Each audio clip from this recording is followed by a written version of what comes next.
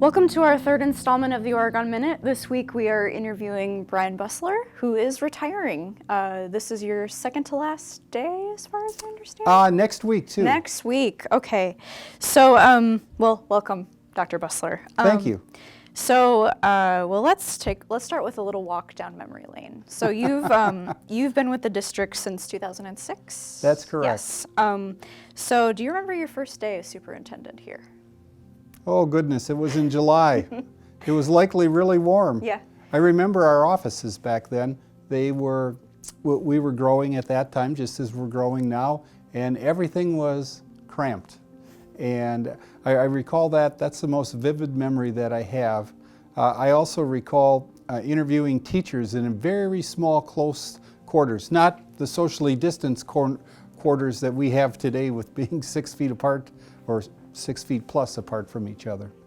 And I discovered a couple of years ago when I started with the Observer that we actually have some common ground, that me being from Beaver Dam, Wisconsin originally, you were superintendent there when I was in elementary school. So that was really cool to find out that... oh, tell me what elementary school you were at. South Beaver Dam I Elementary. am very familiar with that. Yeah, so I remember, for some reason I remember that upon interviewing you for the first time when I first started. But anyway, so speaking of memories, what are some of your favorite, and I'm sure you have many, favorite memories from working here in the district? Well, the biggest memory is the people, the colleagues that I've worked with, along with all of the students that have walked the halls and been in classrooms over the years. When I look back over 14 years, and I spent a little time in the district. I sometimes think of it as 15 years because I was hired in spring and I started doing some transition work in the district. And I recall a growing and vibrant district at that time. I also recall students, what seemed like everywhere. All of our schools were filled, and I had that experience before being in 2 other Dane County districts, and it's a really unique piece of it. The other thing that I recall vividly is the parent interaction. My wife and I, we had our son, I think he was in 2nd grade or 3rd grade when we started, and we signed up for as a parent volunteer, and my wife was parent number 38 and I was parent number 39 signing up as volunteer, and I thought, goodness, this is a community where parents are highly involved in their schools. Since my son had a young teacher, I said to her, it's okay, you call other people before you call us. We just signed up because in other communities there wasn't the parent involvement like there is here. So that's a real bright memory that I have as well. What are some of your favorite accomplishments as superintendent? Obviously, you've been through several referendums. The one in particular that was for $45 million to build a new elementary school. Well, when I think of accomplishments, I might look at it in an unconventional way. I actually get very little done. I work with 600 to 700 people that do all of the work day in and day out. My role and responsibility is planning and future and vision work, but we've had an opportunity to be highly engaged in our community. One of the things that I remember most is we did a future search back in 2007, and we had 110 parents and community members along with staff come to it, and we planned for quite some time to bring this event together, and it was fashioned around what will the school look like in the year 2020. Sort of an interesting date. And we thought the first day went really well, and then we were hoping on day 2 we'd still have about 100 people that would show up, and everyone but one person showed up on the second day of that future search event. So we viewed that as very positive, and that set the groundwork for the work in the district for the next several years. Then in 2015, we did the Vision Conference 2.0. This time we had around 150 people. I co-chaired that along with Dr. Bergstrom, and her and I facilitated the meeting, facilitated the event. Again, our success rate was super high. We had around 140 plus people the first day, And I think we maybe had 1 or 2 people that weren't available to make it on day 2. So that's an important memory. And I'll share a little bit about the dates. The first one was done in the end of July, when people are super busy. The one we did in 2015 was in mid-August. Again, a time where parents and community members are getting in that last little bit of summer, but everyone that I called said yes. Of course we'll come and do some work for the school district. So those were big events because that really set, I'll say, the standard and our plans for years into the future. Mm-hmm. So then talk a little bit about the new elementary school. How does it feel, retiring? I mean, we're going to get to some of the more challenging things, I think, about retiring during a time like this. But what kind of legacy do you think that leaves behind? Well, I've had the privilege of serving in a couple of Dane County school districts, and one thing that I've learned from my experience in Dane County is when a community builds a school, that is a historical event. It doesn't happen that often. Our last school that we built was RCI in the year 2000, and now that's 20 years ago. And now Forest Edge Elementary School. Building schools are projects that take a long, long, long time. We had the referendum in 2018. We did preparation work for that referendum dating back to 2016. We know Dane County is a growing and vibrant community. We know the Oregon Highway 14 corridor is a growing area, and the city of Fitchburg, which is part of our district, is growing. So we knew that there was growth on the horizon, and to make it simple, we just didn't have enough classrooms. And we knew we needed to pass a referendum to get additional classroom space. So we started with the elementary level. We were delighted. One thing I'll say about the new school, and people will have the opportunity to be in it in September, is it is a staff-based school. The staff designed virtually every component except the technical engineering things, but every learning space was designed by one of our staff members. And that's been something during my time and prior to my time in the district that's always been a hallmark feature in the Oregon School District. School staff have the opportunity to help design school facilities, and I think that's a critically important piece. I've had the opportunity to walk through the school and see it in the construction process.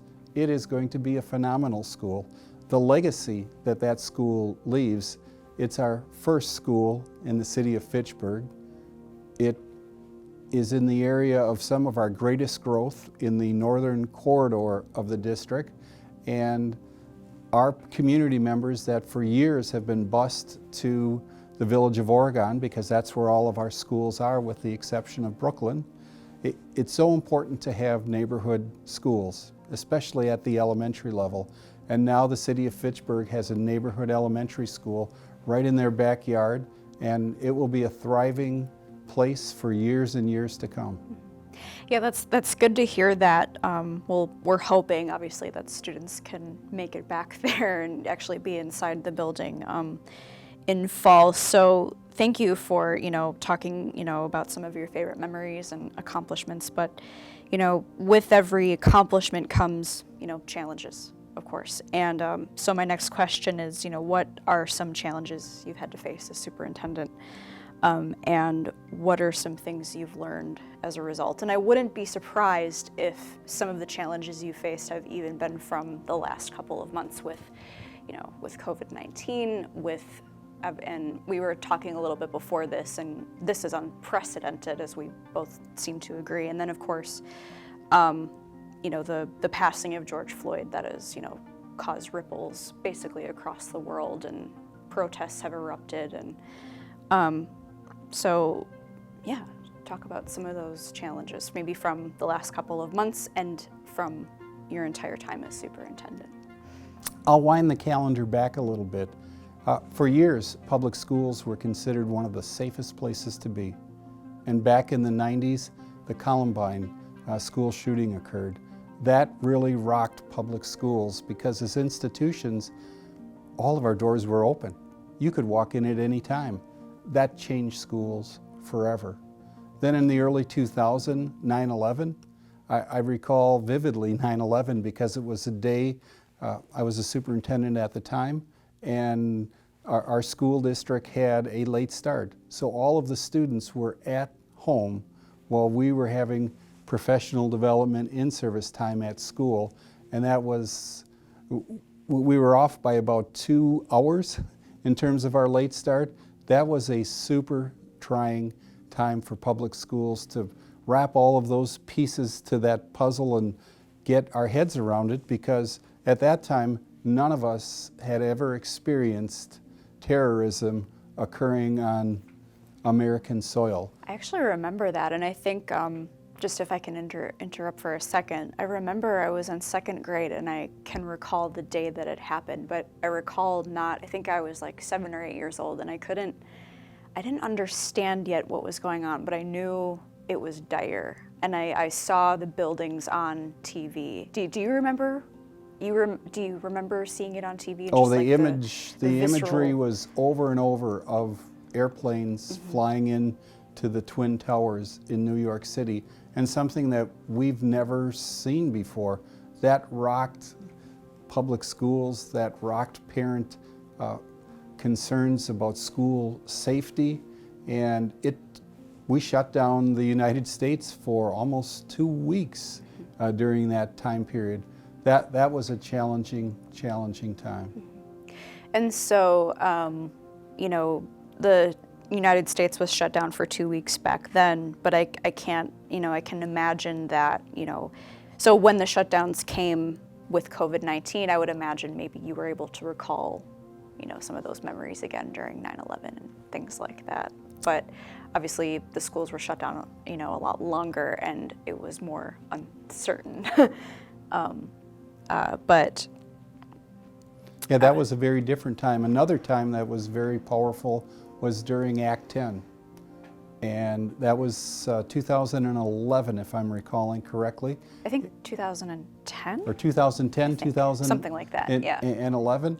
And it was sort of the typical 2-year state budget that we go through, where we always fear, are we going to have enough money to operate in the next couple of years? And none of us saw the Act 10 legislation coming. And then being so close to the state capitol, it had a tremendous impact on our community. We were closed for, I believe, 2 days during the protests, and then the protest continued at the state capitol for months and months, and obviously that had an incredibly negative impact on our school staff and on how the schooling process went for, I'll say, that entire spring. And there's still challenges associated with Act 10, but that was another significant event for public schools. And then this last year, when our administrative team met on a Sunday morning at Netherwood Elementary School, we knew we were going to close the school district for a period of time. We had no idea that that period of time would last through June 5th, which was our end of the school year this year. And again, unprecedented. We had a little experience with a pandemic back in, I believe, 2009. It was called H1N1, and I participated in a number of Dane County meetings with the Dane County Public Health, and we planned for probably 3 or 4 months. We were sure it was going to hit. We were sure there was going to be some school closure or some time away from school, and then it sort of fizzled out. And when this pandemic hit, again, I was thinking, will this be like H1N1, where we do a lot of planning that too. and oh, we'll be back in school and everything will be back in session? Well, I think we all underestimated the depth and breadth of this pandemic, and that was challenging too, because we are in the people business, so to speak. And the relationships that we have with young people, that's the key to their learning, and for us to be able to teach them and for young people to be able to grow and develop. And back when we met on that Sunday morning of March 15th, I think it was, We had no idea. We knew we were going to be closed for a period of time because the governor was making an announcement that we would be shut down, I think at that time until the first week in first week in April, which seemed like a long, long time. And we never imagined that it would be for the whole school year. But a challenge that turned in my mind, very positive. Our staff and our parents rose to that challenge. We were able to teach young people in a different way, a digital way that we've never done before, and creative, smart people made it work. And we know it was hard on parents because some parents weren't working. It was impacting their economic viability because they weren't able to go to work, and now they were balancing many things, including being a teacher of their sons and daughters. So unprecedented, hard to predict, but I'll say we weathered the storm. We took a lot of feedback from parents. What can we do better? And I recall being in a number of Dane County Superintendent meetings and listening to some other districts. A few districts started a few days before we started because we had spring break mixed in. And the one advantage that we learned from districts, whatever you're planning on teaching, cut it in half, and then cut it in half again. And that was great advice that we were, by us having spring break the way it was timed, it gave us an opportunity to make some adjustments. So, what are some things amid all these, these challenges you've mentioned? You say weathering the storm, and I think a lot of people can probably speak to that, where you learn to adapt to new surroundings, to new situations. What are some things you've learned as a result of the last couple of months and the challenges that you've mentioned, throughout your career as a superintendent? I would say patience and time are our best friends. I agree. Time moves forward. And being able to accept that, and sometimes it's difficult to accept we don't know what tomorrow brings. We don't know what the week after that brings, and we have to be careful not to get so focused on next week, 2 weeks from now, a month from now, and really stay in the present. And that sometimes can be a really hard thing to do. We want an answer to something. We're Americans. We're used to getting it done super fast, and also being able to accept the fact that some things are just simply out of our control. But we're going to do our best, and we're going to respond in a positive, realistic, and upbeat way. So, what are some things, that you intend to do now that you'll be retired? The common question. I'm sure you've gotten that a lot. I've heard that a couple of times. Well, one thing that I've always had is I've had the benefit and the opportunity to spend a lot of time with our family. Our kids are all in the state of Wisconsin, which is actually quite rare.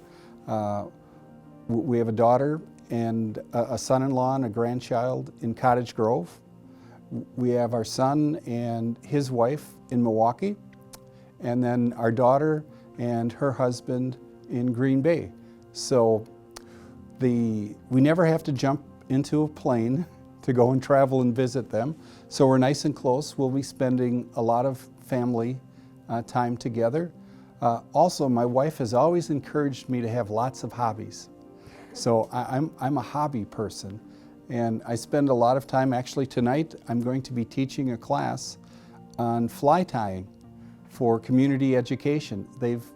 The community ed department's been after me for a while to teach a class, and I said, I'll do it when the school year is over. I think I remember we published that in the Observer, and I saw Dr. Busler is teaching a class, and I was like, oh, that looks interesting. And there's some students in the class, there are some adults in the class, and I'm looking forward to doing that. That is one of my hobbies that I do early in the morning or late at night. My wife and I are also planning on doing some traveling, not major traveling. Yeah, now we're doing COVID-19 traveling, but we'll be able to see some friends and relatives that we haven't seen for a while. My wife happens to also be retiring this year. She was a school counselor in a neighboring Badger Conference district for a number of years, and so she's actually already retired because her school year was over a couple of weeks ago. So we have lots of plans. I'm also going to do a little professional work. I've worked with Edgewood College for a number of years, teaching in their master's degree program, and this past school year I've taught in their doctoral program, so I'm going to spend some time working with future superintendents and doing some teaching and some licensure work with them. So I'm looking forward to that. What I hear from retirees is, oh, I'm so busy. There's no time. You don't have any time for anything. So we don't want to be so busy, but we also want to use our time wisely. So we'll do some volunteer work as well. Going back to challenges, talking about the George Floyd incidents, how did that affect the district? And what did you as a superintendent want to do to ensure that our students of color felt heard and part of the conversation? It had a profound impact on everyone, and a profound impact on our students of color in the Oregon School District and across the country. We have been working on one of our priorities, which has been educational equity. And the idea of educational equity started at that vision conference that I mentioned earlier in 2015.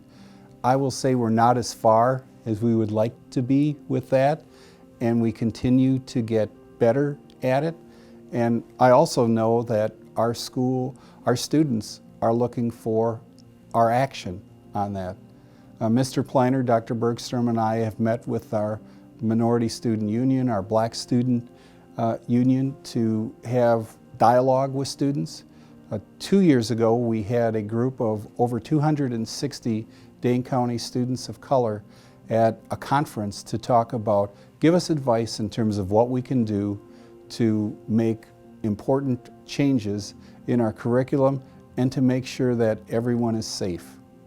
And that's really the key. If you boil it all down, everyone should feel safe at school, everyone should be welcomed at school, and everyone should feel like they belong at a public school. That's not an easy thing to make happen. We are working. The other thing that our board did on this past Monday night is we are the first district in the state of Wisconsin to have an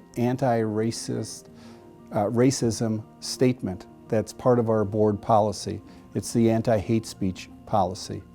Now, there are a lot of districts that have it in their discrimination policy, but we're the first district to have a standalone one. We have been studying equity-related issues as a district for the past 4 years, but we haven't eliminated prejudice in public schools. We want to. We want to be a school district that is has an anti-racism model. We want all students to feel like they belong, because they do belong in our public schools, and we want young people to feel safe and valued. That's something that we have to work on every minute of every day that we're in school. It's not going to be done quickly. I wish it could be done quickly, but we have to work on it, and we have to make it a priority. And I'm proud of the work that our equity committee has done over the last several years, getting us to a point where now we have an anti-hate speech policy as a school district, but there's much more work to come. And for me, one of the keys is always listening to the students, listening to the voice of the students and getting their voice in the process and asking them, how can we make it better? And we're committed to working on that together. It has been a tremendous challenge in the country, a tremendous challenge for public schools, but I think education is the key to making a long and lasting change and improvement. Is there anything I missed that you would like to talk about? Well, probably the one thing, I don't know if you've had the opportunity to see a video that Dr. Bergstrom and I did, sort of a transitional video. I'll summarize the transitional video in 2 words. I attempted to make it a thank you. And my goal was to thank the community, thank our school staff, thank our parents, and thank our students, because it's all of those groups that make the Greater Oregon community a wonderful place to raise a family, to have your children in school, and a community that you can be proud of. I've had the benefit, not all superintendents have the easiest ride in the world, because this job can be kind of tough at times. I've had the benefit here of working with an incredibly supportive community. You mentioned earlier, Emilie, the number of referendums that have been passed. And our referendums, they didn't pass by 1 or 2 votes. They passed by 15, 16, 17, 20% margins, which means the community really values public education and values the investment in our schools.